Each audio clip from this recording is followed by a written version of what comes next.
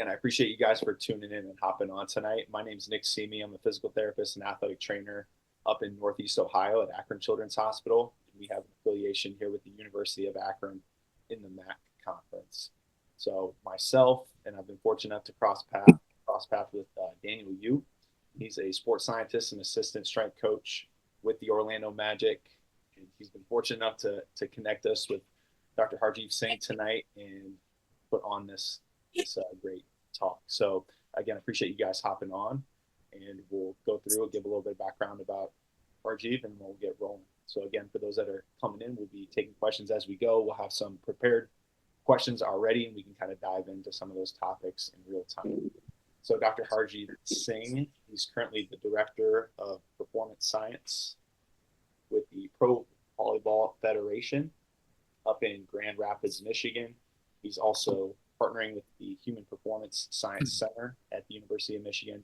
He's also a performance scientist with the Orlando Magic. So I appreciate you hopping on here and giving us your time. Yeah, man, appreciate being here, and it's glad to finally connect. So yeah, absolutely. So kind of diving in here. So Dr. Singh has a master's in motor learning biomechanics and also PhD in motor control and learning. So no one better to ask. So we'll kind of get started here. So for an introduction, for those that are a little bit newer into this field, so an introduction to motor learning and skill development for practitioners, could you highlight a few of the key concepts and theories in motor learning? yeah, so this question can probably take about the full hour, but I think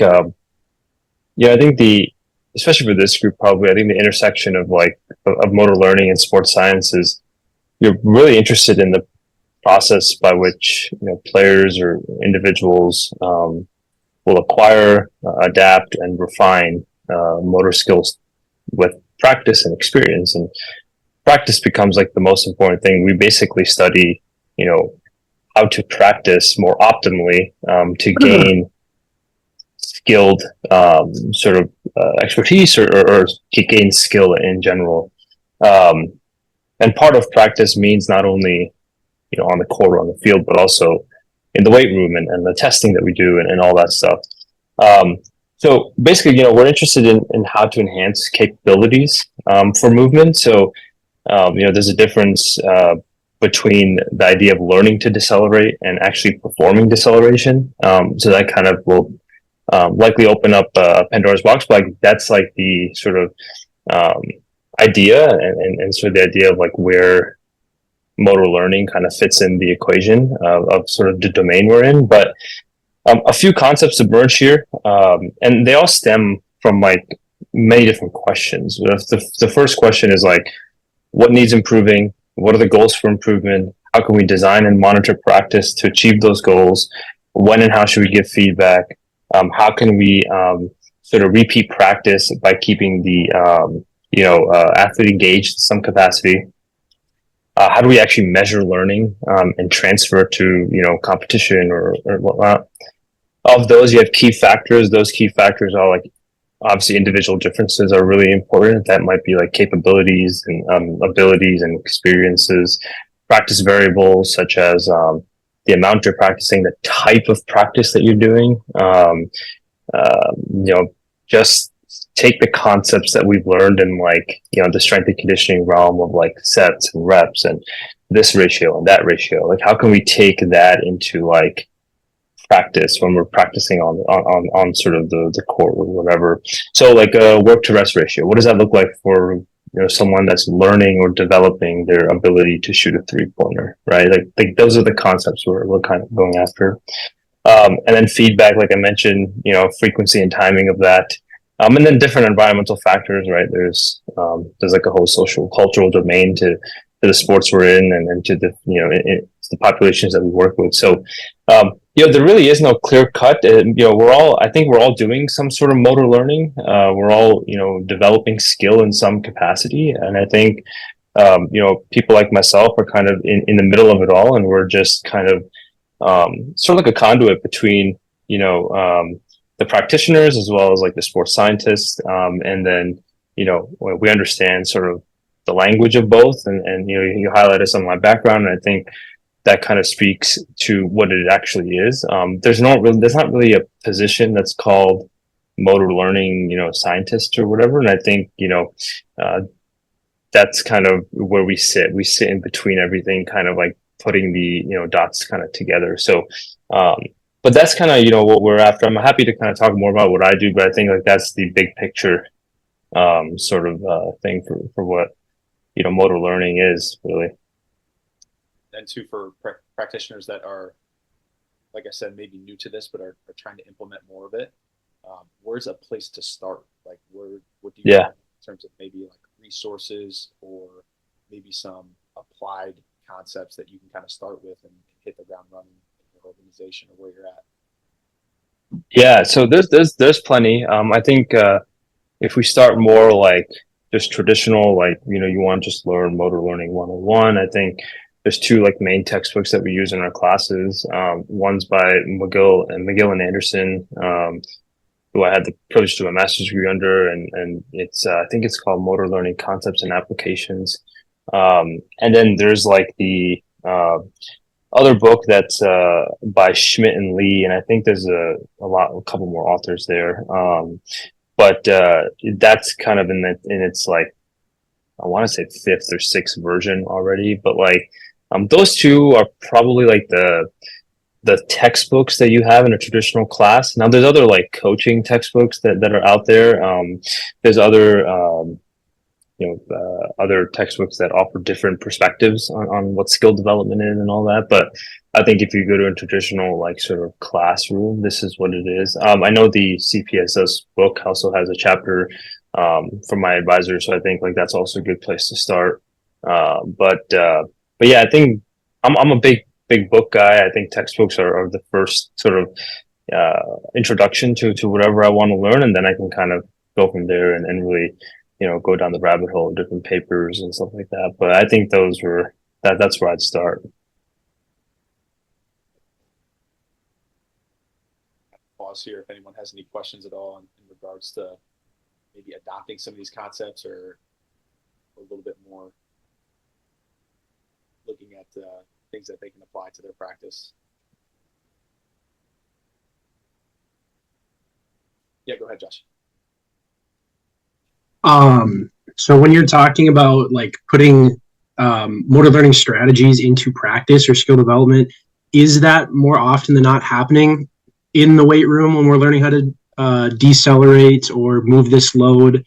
Or is that something that you find gets integrated more in like sports specific practice? Yeah, right now I think it's more sport specific practice. I think it's hard to kind of integrate a lot of this stuff in the weight room right now. I do think like, me taking on, sort of a more, player facing role with the volleyball program, I think that was a good way for us to kind of utilize that information and kind of do that in the weight room. Um, so like, we'd really marry what we're doing on the court to what we do in the weight room, very position specific. So, I don't know, perfect examples like, on our team, our setters, jump set a lot. And so, we basically wanted to develop the capacity of their ability to jump, in relation to what they were doing in practice that day and how that was periodized across the season. So if we know that we're going to play a lot of 6-on-6 in practice based on our conversation with the head coach, then we knew that in sort of, in the weight room, obviously we'd kind of go down on the volume and intensity, just because we knew that was going to happen. But we also realized that we needed to build, her capacity to be able to maybe jump 200 times in that practice that's about to happen, 30 minutes after this. Um, and so by doing that, it'd probably be like, we kind of shifted away from, the traditional, like, the traditional models, the 3 sets of 10, all that stuff. Like we kind of, went to, you're doing one set of maybe 2 reps and then you can move on to the other one and then you move on to the other one. Like we kind of really, again, this is based off of a lot of individual differences and actual role, but, we had a high level of variation for this one individual athlete because of what she had to perform on the court. And so I don't think we repeated like, more than probably 3 or 4 reps of any exercise. and not more than 1 to 2 sets of anything. And we did some crazy stuff, to be honest, but I think it all worked out. So, um, yeah, the idea is like you're always marrying the two. If we know what's happening in sort of on the court, we'll do what we have to do in the weight room for that, and vice versa. And I think like there's definitely a bigger theoretical and bigger sort of umbrella here on what I'm talking about and like how we kind of came to all these conclusions, which may definitely take longer than the time we have allotted here. But the idea is in the weight room, how can you produce game demands?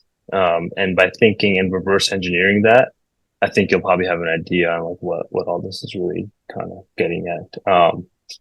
But yeah, that's kind of, I think that's the number one thing is right now it's pretty much, the skill acquisition world is used a lot by coaches now, which is great. I think that's a really huge thing. But now I think it's kind of trickling into the sports science and sort of that stuff. And I think we're still learning that because oftentimes some questions that I have to sort of work to answer with all of my colleagues is, we came back from a road trip. We came back from San Diego, for example, and now we're, back here. We just flew the night before. What do we do in practice? How do we actually practice it? I feel like the what is usually accomplished by the coaches, but like the how I think is really important. And that's where like people like myself, we come in and we're like, okay, if we just had a game and we're also traveling across, country, again, there's no hardcore research on this stuff. I think this is still being done, but I think like then I'll be like, okay, we're going to go less variation in practice, less variability, so more maybe shorter practice, but like what we like to call is like maintenance reps. Like just get the reps out there. And so I think like again, I think the concepts here are similar. Like we periodize strength and conditioning. We can also periodize skill training. And I think you have to marry the two. And I think that's where sort of my world is. And I'm not going to sit here and say I have all the answers. This is a team effort. I think like you need, people like, Daniel and people like, everyone else, in here to kind of understand, because I don't have a medical background. So I don't know, what people like Nick do, right? So it's like, I know what they do, but I don't know, like, the language of that. And I think that's important too. So you're kind of a seat at the table, but you're all kind of working together on this. So, yeah, I think it was a pretty long way to answer your question, but that's kind of where I'm at. Thank you. Appreciate it.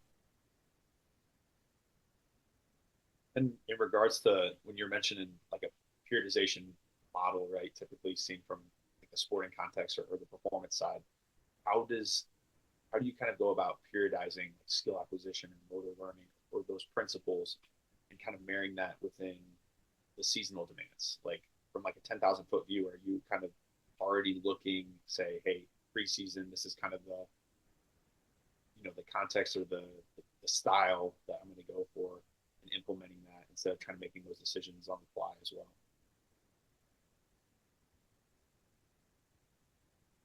Oh, I think you're muted here. Yeah, sorry. Yeah, that's a great question. And I think like we're actually just writing a paper on this, so soon you'll probably read about it. But I think the idea is really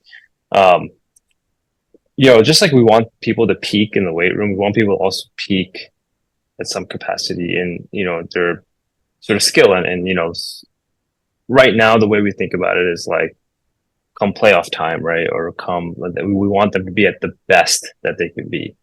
And so a lot of it is trial and error. Like I said, we have no hard research on a lot of this stuff to say that, this is the model to follow or not. I do think like there's a difference between, and this may be getting to the weeds of some of the work we have, but like there's like, how do you schedule practice? That's one thing. And then there's also like, what do you do in the practice? And how do you do that? So I can be like, I'll give you, for example, so say I have, today I've decided to do, and you can take this into the strength and conditioning realm too, but say I've decided to do 3 different skills, right? And I'll make a basketball example out of this. If I want to do some shooting, some finishing at the rim, and some passing, right? I'm just kind of making it up. And so you have an hour. What you can do is you can do either 20 minutes of one thing, 20 minutes the other, and 20 minutes the other, or within the same time do like I'm going to spend 10 seconds on one, then 20 seconds on the other, but then a minute on the other, and kind of just mix and match, right? All of them for the hour. That's like that's like the practice scheduling effect, right? And then within the practice, so now of the shooting that I'm doing for whatever minutes I'm doing it for, am I just doing it from maybe one spot, or am I, really varying that out, right? So that's another decision to be made. So we talk about volume and intensity, right, a lot. Now think about this from like a scale acquisition standpoint. It's like you have a volume and you have an intensity, just based on these different, between and within scheduling effects. And so now I think the periodization comes with that. I think it's like, when are we going to go, crazy variation, and when are we going to kind of simmer it down? And so I think what kind of like I've thought about and what we've kind of done is like, in the off season, obviously it's very much kind of just do as much variation as you can, because you're not really playing games. You're not, and so that plus, what you do in the weight room should, at the end of the day, should help. And I think the idea is that the more you randomize, the more you start implementing this variation between and within, but there's longer term learning. So like in the off season, we have that ability to do that because we're not worried about performing on Saturday. We're worried about performing 5 months from now or 3 months from now. And so like, that's kind of the way I'd look at it. And then within the season, I think that would depend on the constraints of what sport you're working with and stuff like that. So like in basketball, like, we can do this up until the 15 minutes they have before a game, right? They have a 15-minute, shooting time. Like, what do you want to do in that? That also matters. Are you prepping them for the game somehow, right? The game demands. I think there was a recent paper that said that ACL injuries happen within like the first 10 minutes of when they actually come into playing, right? So it's like, what are we actually preparing them for? And again, I'm going to reiterate this, that there's no answers really. I think we've done a really good job in the strength and conditioning community to get these answers through really good research and stuff like that. We just don't have that yet. So a lot of this is like in the skill acquisition realm is kind of like thinking about it hard and like taking things from other sort of domains, but also seeing if it works or not. Like it's really trial by error right now. And I think sooner rather than later, we're going to have like models to do this, but I think we're still in the position of like, maybe it is more random and stuff like that in the off season, but when you have certain time periods in season, that's when you can change it up a little bit, maybe do more, maybe do less. And I think that's dependent on a lot of contextual factors, but yeah, I think like that's probably the best way to start. There's a few papers out there that have talked about it, on like how you can actually structure it. And so I can definitely send that to you, but it's very sports specific. So yeah. Does anyone else have any questions in regards to that? So maybe the professional sports setting, either in volleyball or his time here with the Magic? I have one more thing that I'd like to ask. Are there any guidelines that you have experienced for frequency of exposure for any of this, like daily, once a week? I know, like for sprint exposure to like maintain the adaptations or benefits, it's recommended like at least once a week. Are there any type of guidelines that you've experienced for this specifically? One thing that I've kind of set as my own sort of guideline for the people that I get to work with is like, especially in the skill act realm, there's always a period of practice that's like a exploration period. And so in that exploration period, was the first 10 minutes, the last 10 minutes, whatever it may be, the idea is, how many different ways can you do this task, right? That's like probably the easiest way to put it. So finishing at the rim with your left hand, how many different ways can you do that? It's your challenge, but I'm letting you explore. There's no like drill score. There's no evaluation. There's nothing. There's just you 5 to 10 minutes exploring that space. In volleyball, that might be, and volleyball we didn't really do this much, but it can be like you know, at how many different speeds can you get the set to a certain, target. They're just kind of making it up. But I think that exploration period is important because I think what traditionally happens is like you'll do your little warm up and you kind of like go right into your like practice or your training. And I think we want these athletes to be skilled problem solvers and very creative in what they do when they're actually competing. Right? You see the game; it's like very chaotic. Every game that we play, chaos. It's never as structured as we think it is. It's never as structured as the warm ups that we think we want to do. It's never as structured as what the textbooks tell us. It's chaos. How are you preparing these people for chaos? And that is like the ultimate question. And I think, look, sometimes, we do riff-raff with, our strength coaches and other sports scientists because we're taught different ways. But I think the beauty of it is just like how we put it together.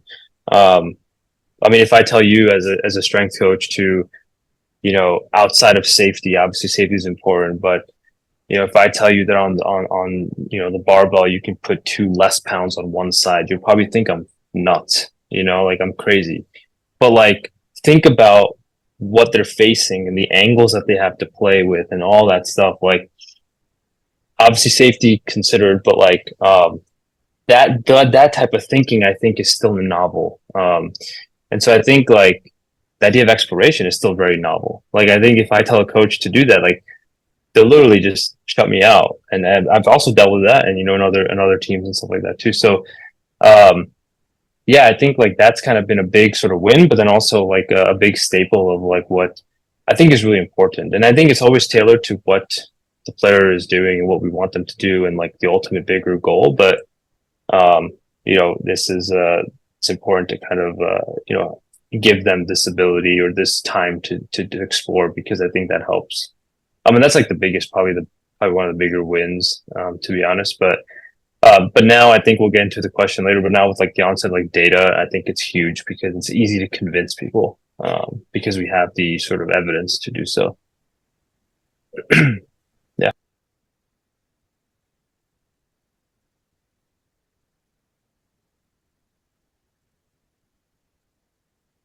So touching on that exploration piece, so kind of on the flip side, like as a sport coach or practitioner, what makes an effective drill or exercise? So myself, maybe in the rehab side, like when I'm thinking about skill acquisition, maybe early post-op for that individual, what makes for an effective drill? Like kind of like what are some of those things that I should be thinking about to focus more on that skill development piece or something that they're trying to relearn post-injury?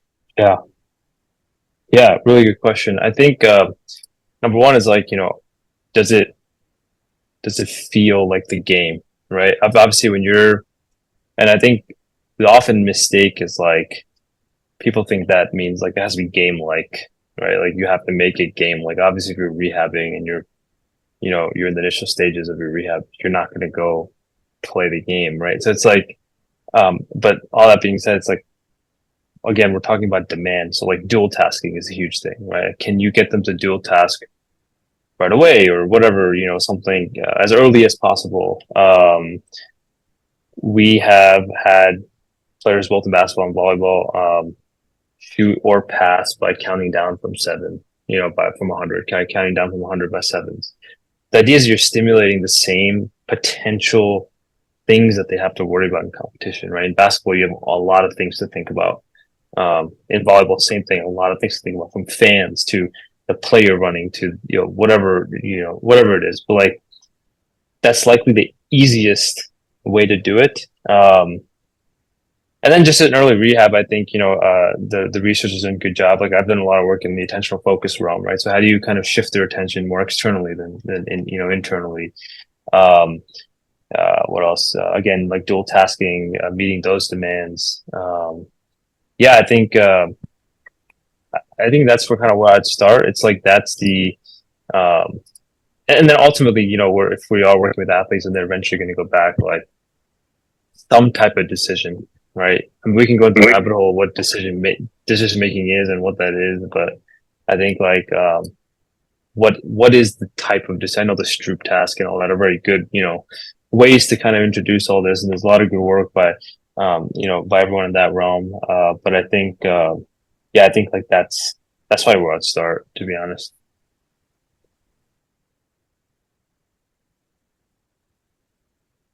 Just kind of tying along with that here, and then we can open up to see if anyone else has any other questions with that. But what about like, the role of feedback? And then along with that too, like even the amount of repetitions play and kind of mastering some of those newer skills for that athlete. Yeah, so I think with so feedback is a very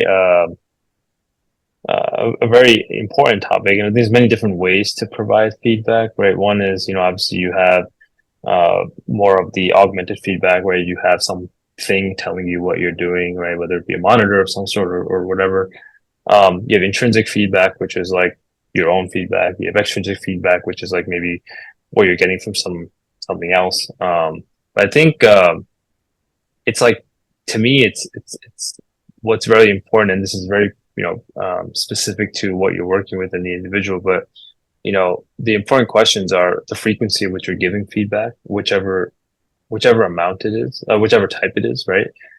Sometimes we oftentimes give feedback after every single rep, or is it after a certain amount of reps? I think the literature is pretty good at saying that, giving feedback after every rep is probably bad. But after like a few reps or after a block of reps is better. Providing more summary feedback is better. I think if you read the chapter in the book on motor performance, you'll find like a lot of work on enhanced expectancies and autonomy. Like, how do we actually structure the language of how we're actually speaking to the individual?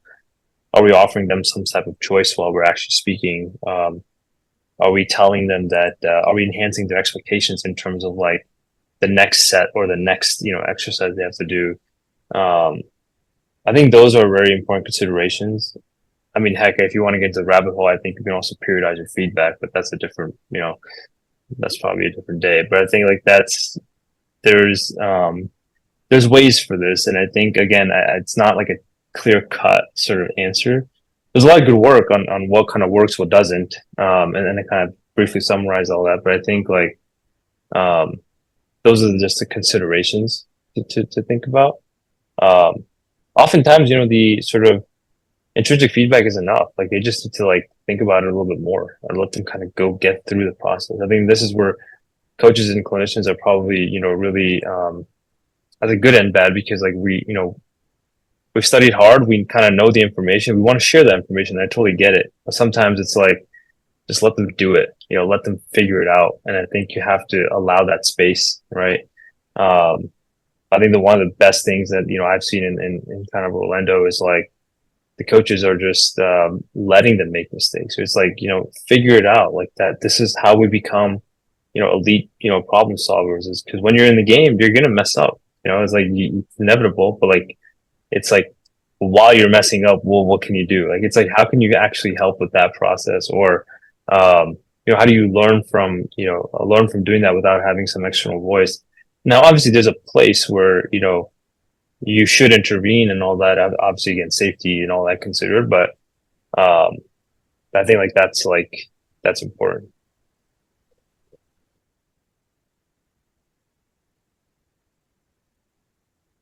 It's what I had gone through the chapter in the CPSS textbook, the essential sports science textbook, and enhanced performance, and then autonomy piece. Like that's something that I didn't necessarily consider with rehab, and I know they had talked about integrating more positive feedback. So acknowledging a proper repetition, for instance, instead of focusing on what that athlete didn't necessarily do, or kind of nitpicking that athlete, and having more beneficial outcomes from more of that positive feedback piece. And then even, and I'm trying to start to incorporate this a little bit more intentionally, and just giving the athlete a little bit more autonomy and choice.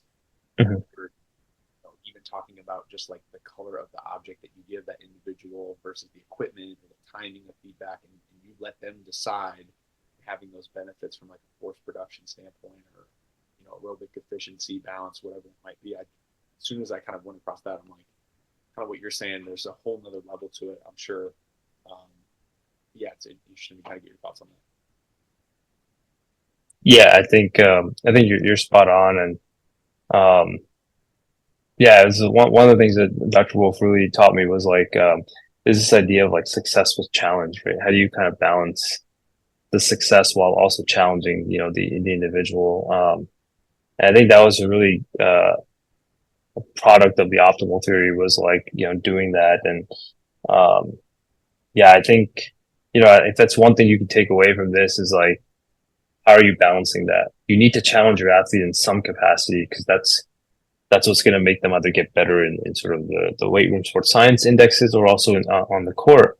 But then, how are you actually allowing them to feel successful? And I think like sometimes, and, you know, sometimes either, one or the other, like how do you kind of balance that? Um, that's the crux of the whole equation. And that's where we all kind of fall into, you know, the table and we have to figure it out together.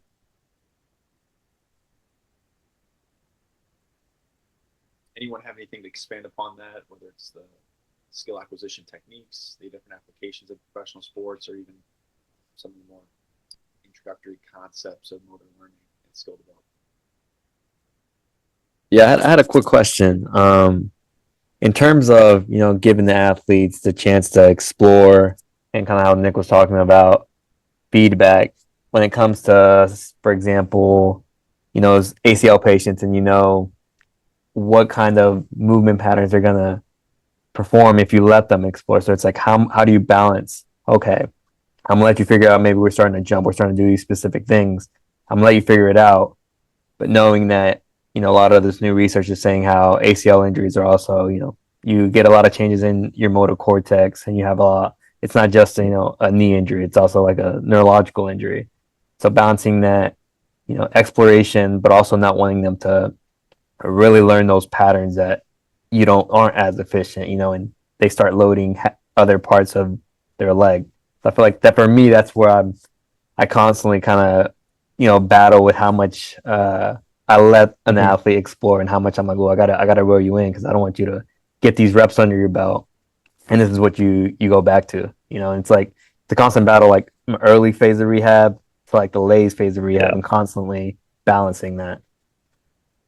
Yeah, no, that's a really good question. And I think that's where the expertise of, as a clinician comes in is like, you set those constraints, right? Like what you obviously don't want them to do and stuff like that. And I think there's ways, I mean, even if it's just like, you know, um, single leg extension while you're, sitting down in the early phases of rehab, it's like, do it with one eye closed or both eye closed. Like, it's like, how can you just add a little bit to it?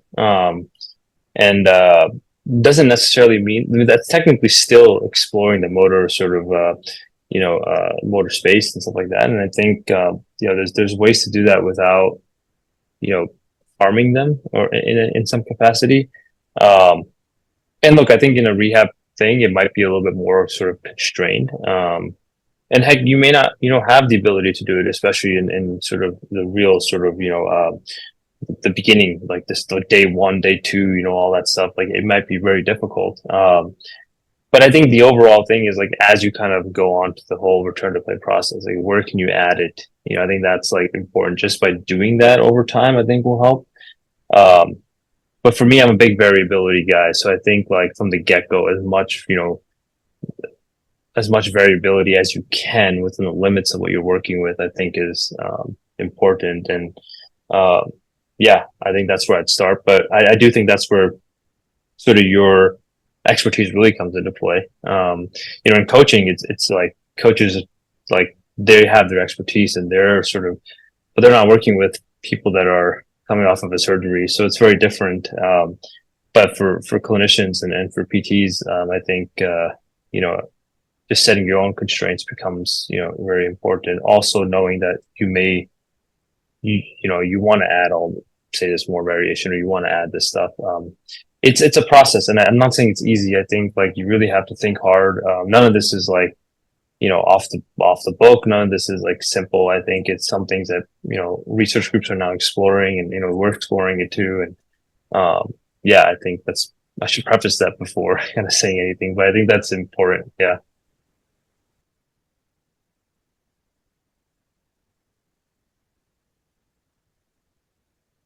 Yeah, Randy, another thing too, to kind of build off that point, um, I think like a lot of it too is like kind of like what are the constraints that you can have for that athlete, like whether it's um, like physical objects to kind of keep them more confined, or are you going to have like an object for a jumping example to have them be assisted in a movement, like band assisted hop, to where they can still have a little bit of variation.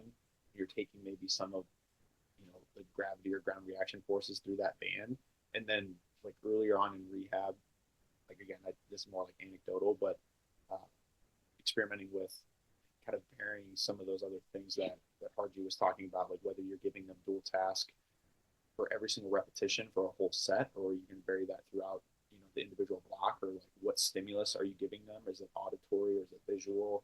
Um, or are they trying to make a decision based off the stimulus that you give them, again within an exercise? So whether that's like straight leg raise, and there's a really good app that I can send to you as well, that you can coordinate and have like colors, arrows, numbers, auditory, different stimuli, to where say, all right, based on this criteria that you give them, you're making a decision based off of it. So having that stimulus change, and then even to like having every repetition maybe be different within the set. I'm guilty of it. I mean, I love training, and I think a lot of times I get stuck within the sets and rep model. And when we're going heavy, we're going heavy, or when we're jumping with a certain level of intent. But changing that speed as well. So I think like having every repetition to be different, maybe not necessarily in the same spot, but maybe in the intensity of the jump or height. I think just some of those other things that at least I'm trying to experiment more with. Definitely don't have it perfectly down, but just some other thoughts with that. So Yeah, I appreciate it. I feel like this is like a whole nother world that it just opens up. And like the challenge is you have the rehab, but then you start thinking about, okay, how am I teaching all these movements? Like all this, and from like, the get go, and then especially when it's like a 12-month rehab, it's like you're trying to build those blocks and you want to build them right. And it's like learning as you go, and hopefully you're better off with, the next patient you have, you kind of learn a little bit more and more.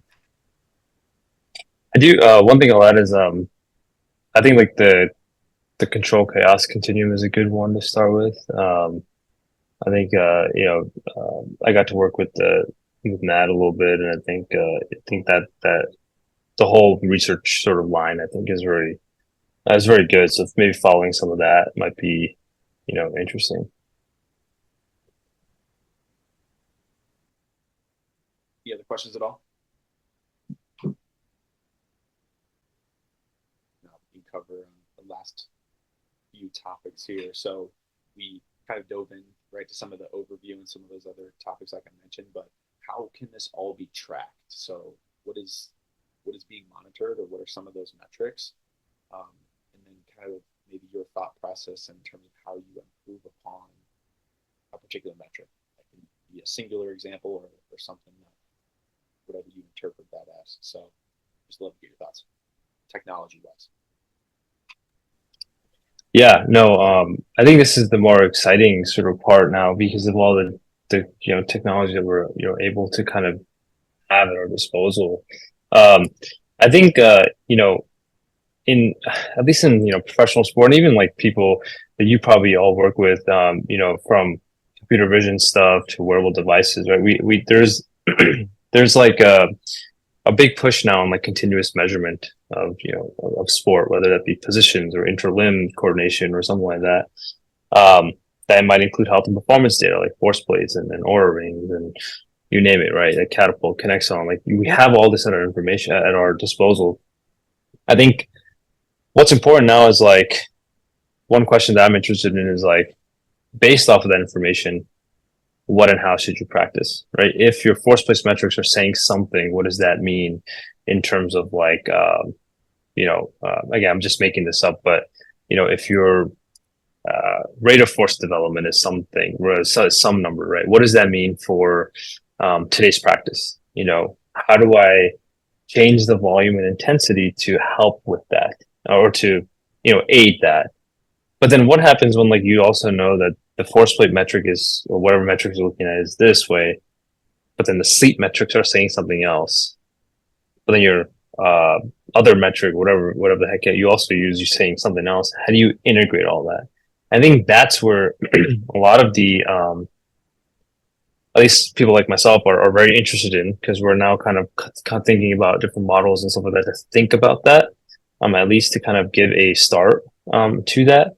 But also, I think like from a pure skill development standpoint, I think this technology also helps us understand like different skills, right? Like we can start to understand different constraints that actually affect maybe someone's ability to kick a soccer ball, right? Like maybe it's like some metric like pressure, right? How do we define pressure in a game? Like how are they actually performing the task based on these other constraints? You come up with like a matrix of constraints, and that becomes like how you tackle your practice design. I think that that's where technology is going to really help us out. And then again, just like based off like pure like modeling techniques, like there's rule association techniques. There's different. There's a lot of machine learning stuff that we can do that can kind of help with that. But that, I think, if you go back to like the basic question, is like we're kind of solving the question of like the distance between practice and performance. If we can get as close as possible with whatever constraints we have, whether you're in early rehab or you're not, I think that's how we're going to win, right? I think that's how we're going to do this more optimally than like just traditionally, what we've been taught, which is like whether the traditional rehab or whether it be traditional strength and conditioning, like how does it again meet the demands of what you're supposed to do without actually being game like, because we can't. All right. And so I think like that's sort of the main thing. And like, can you, with this technology now, we can actually come up with like how far are we in terms of like practice and performance. Because before it just used to be like, we're trying to get here, and this is the way we've been taught, and so this is what we're going to do. But now we have all this technology coming in that's like, it can actually either speed up the process or at least help our decision making out. And so, yeah, I think that's what I'm really excited for. I think that's kind of where the technology piece will come in. In terms of like just, I know like, we had discussed like innovations, like, like the next sort of thing I think is like, I know virtual reality is kind of pretty big in like the rehab space, or is getting pretty big, but I think like virtual reality and eye tracking is something that can evidently teach us more about the decision making process. And I think that'll help tremendously, kind of understanding like what do we actually have to work on. I think all that combined, I think, is going to be really effective into kind of like either getting more answers in this space, or also just like kind of honestly changing up some of what we've been traditionally taught. And not to say that what we've been traditionally taught is bad. I think there's been some excellent work. I just think like, it's always good to think a little bit differently and kind of see what happens. But by no means is, I'll be the first one to say, I think we are always working with an N of one, and that N of one might not just be, that N of one may not be like wrote what the research says. And you have to like, even in the skill acquisition space, like there's players that I've worked with that don't do well with high levels of variability, even though a good amount of research tells us that, but they do so good with lower amounts. And it's like finding that balance becomes very, very important. So yeah, I kind of just we'll say that, but I think that's where at least the technology piece is going.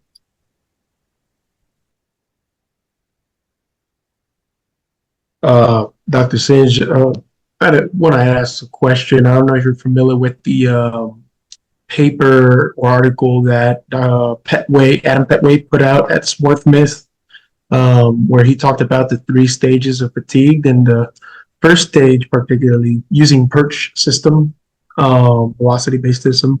So within the perch system, there's obviously you can track the metrics of velocity and all those different metrics, but there's one particular part of the app where it's tracking the bar path. And he basically mentioned that that's one indicator, kind of like of the first stage of fatigue, where the bar path is all in line. It seems to be that obviously the athlete's well and they're ready and not fatigued, while when they're starting to get fatigued, that bar path may be all around the place, right? Would you say that would be one way to kind of gauge, let's say if you're doing, 2 sessions, or, the way, just to give you an example, the way I'm kind of measuring that on a daily basis is that I have a upper lower body split 4 days a week. So on the lower body splits, which are Mondays and Thursdays, I do a 50% of a 1 RM back squat warm up set. That's 5 reps, and I obviously have them do that warm up set as fast as they can, right? So that's going to be consistently with the same absolute weight. And the same thing happens for Tuesdays and Fridays for bench press. So what I'm trying to gauge is where their velocity is at and where that bar path is looking like. So would you say that you can use those metrics to kind of gauge what in practice would be for those, I guess, variability? Say, for example, if the bar path is online on each of those lines, maybe that day would be a good day for high variability in practice. And if they're all over the place, then maybe go to what you mentioned about, let's go more repetition type based a session. Would that be something that you would kind of look at? Yeah. Yeah, I think it's a really interesting thing that you're dealing with, because I think number one, you definitely don't know what algorithms that Perch is using or how they've kind of developed that, right? So what they define as like bar path being off, how many standard deviations is that? Like that's a good indicator of this. But I do think like if we believe in the algorithm, everything's kind of good. Like that's a good way to do it. Maybe like I also like this is something that's very theoretical, and I don't know if and you probably have more experience with this, but like if it is kind of varied all over the place, like it looks more fatigued, like do we go less variation on there, or do we do more and kind of feed into that? Even if it's like what we call a fatigue metric. And that's highly questionable, and I don't know. I'm just like kind of honestly just playing devil's advocate. That's like, or do we, when they are on the bar path, and again, depends on like, is the bar path like their sort of like their perfect model that you want to follow? If so, then if they are perfect at it, does practice then become more variable because you still want some sort of adapt? Like what, like would you, because you want a novel stimulus of some sort? And again, there's no work on this, at least from my knowledge. So I don't know, but I do agree with your thinking. I think that's like, that's really good. I think just kind of understanding, like, again, you're marrying the two, and I think that's where you start. Over time, when you keep collecting data, I'm sure you'll figure out what helps with what. But yeah, one thing that I do encourage, like even people in your position with like you have access to like a a practice of some sort, like start like I guess using some rotational analysis or whatever, but start scoring those practices, like what type of drills are being done that day, whether it's more or less variation, and how that interacts with tomorrow's sort of velocity sort of barbell stuff. So I think like there's ways to do this, but yeah, I think like that's kind of how but I think you're onto something though. Like that's a really good way to kind of start the process. Yeah, for sure. The way I thought about it was, obviously you kind of gave an idea at the beginning. I was like, oh, that sounds interesting with what I'm trying to do. But I'm kind of, at the moment just, exploring in a sense, because I'm also tracking force plate testing on those Mondays and Thursdays, which are the lower body kind of like velocity days of testing wise. Yeah. And just to see what I see, if anything. But it kind of makes sense, because if the way that Perch shows you the bar path is just a visual representation, no standard deviation or anything.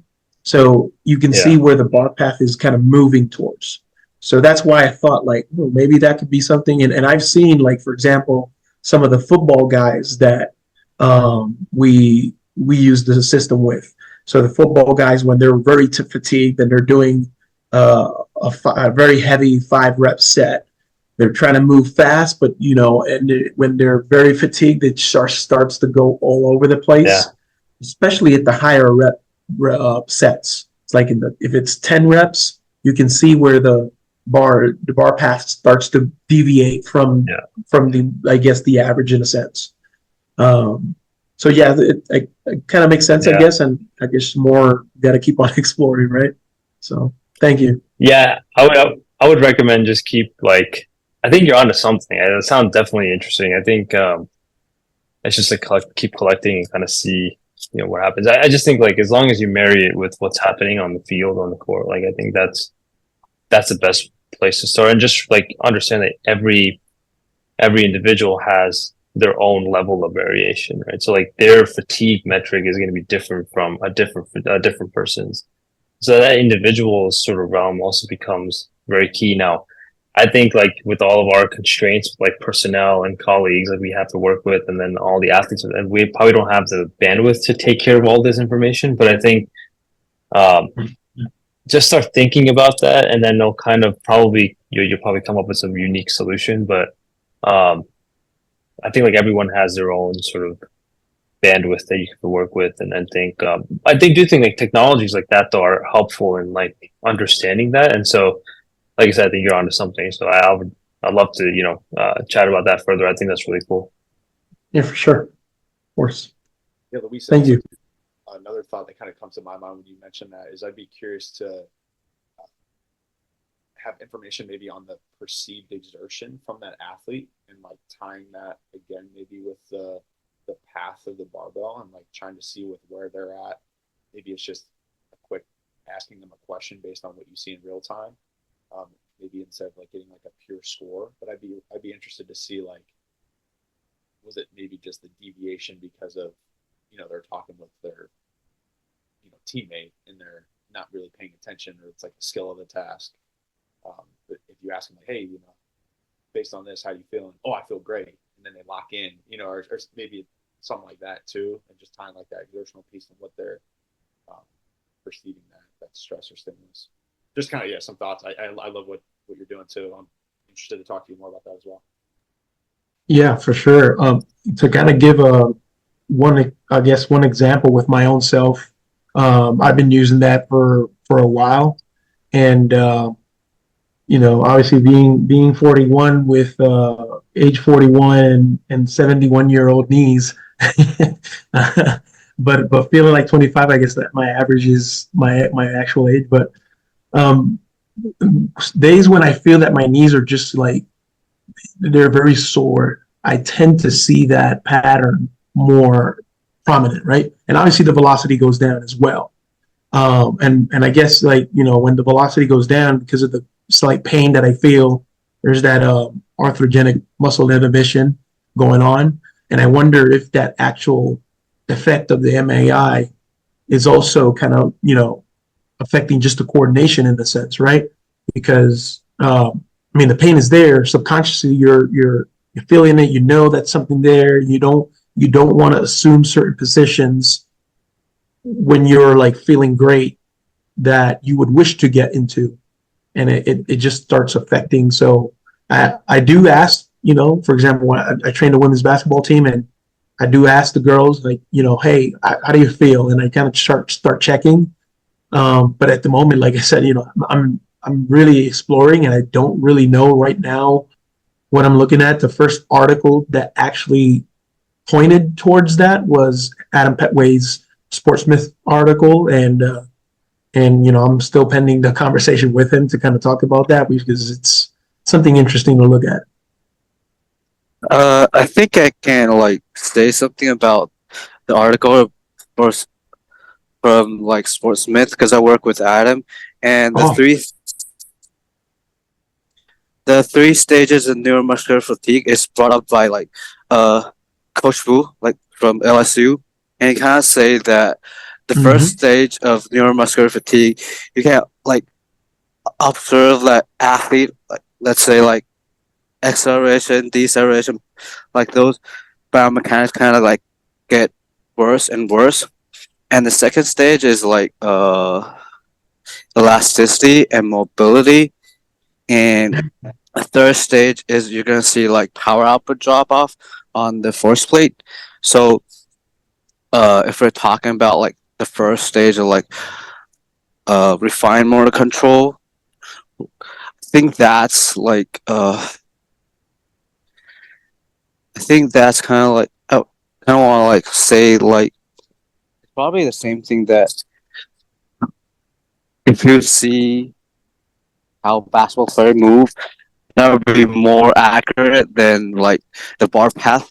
Because when Rob Pace asked Adam to write that paper, is he kind of want him to like specifically talk about velocity based training, so that's kind of he used the bar path. But if you want to get more accurate into like the neuromuscular fatigue, since they're lifting heavy weights, it's not actually that like I'll say like uh probably real time if like what I'm saying makes sense. Yeah, obviously, he talked about those different three stages, right? And obviously, the second stage kind of concerned more into the time metrics in a sense. And I was just like curious, like for example, because right now in the off season, we're mostly in an accumulation phase, and you're expecting an accumulation phase to that RFD is going to go down, and maybe Yep, coordination yep, and all that stuff. So that's going to be affected. That's something to be, observed. What yep, what what really intrigued me is like what he mentioned about that bar path when it starts deviating is like obviously, kind of like when we're in season, is that where you kind of like want to stave off um depending on what you're looking for. But again, with what Dr. Singh was talking about, if the training session today is more of a highly variable where you're having the athlete learn different or new skills and the bar path is off, do you really want to go for that high variability practice, or do you want to just get more repetitions? Because what I assumed he mentioned was if you have a game on Saturday and you travel and the next day you want to have another say a practice or whatever, should you just go for a high, more repeated stuff that the guys already know or the girls already know, or do you want to have a high variable practice, which probably doesn't make sense because they're going to be very fatigued and uncoordinated. So that's where I think the bar path kind of comes into play. Is just at the moment Perth doesn't have like a number metric in a sense that you can kind of download on a CSV. It's just a visual thing, and it's still it's a visual. It's sort of objective, but it's still subjective. And I don't know if you kind of like understand what I was trying to say yeah, there, yeah, but it's very interesting. Just obviously observe more. yeah. I can only answer that. I don't know about like practice, but like if it's just talking about like maybe output stuff, maybe Mm-hmm. output those kind of stuff. I think Coach Wu kind of said that there are times like during off season you want them to go into like the first stages or even the Mm, second stages. You never want them to go to like the third stage, but during the season you want to like keep them as fresh as possible. gotcha. But yeah, that's kind of from Coach Wu. So and when I work with Adam, like during the season, we kind of don't want that like bar path if it shows on purge. We kind of don't want that bar path to like change. We kind of want them to stay consistent. And besides the bar path, when we look at how athletes move on the court, we also don't want their mechanics to get worse during the season. But if it's off season, we kind of want to stay in like phase one or phase two. Makes sense. Makes Yeah, sense. just Yeah. for fatigue. Thank you for that. Appreciate it. No, thank you.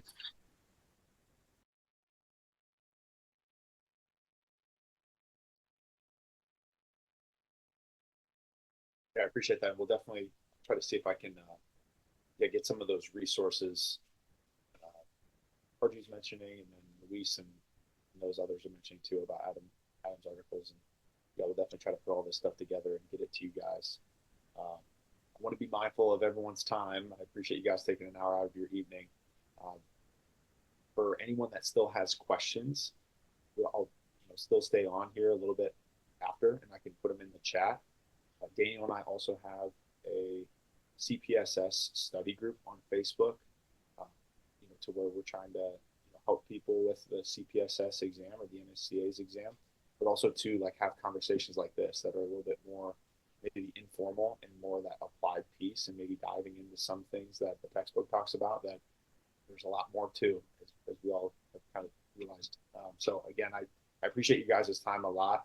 Again, would love to have these conversations more with each of you guys. I know I wasn't able to meet you guys all individually, so if there's an opportunity to chat one-on-one, I'm happy to talk more too. So I'll put my contact information here if you guys aren't able to access Facebook. So again, I appreciate you guys' time. Harjiv, thank you guys so much, and looking forward to having another conversation like this soon.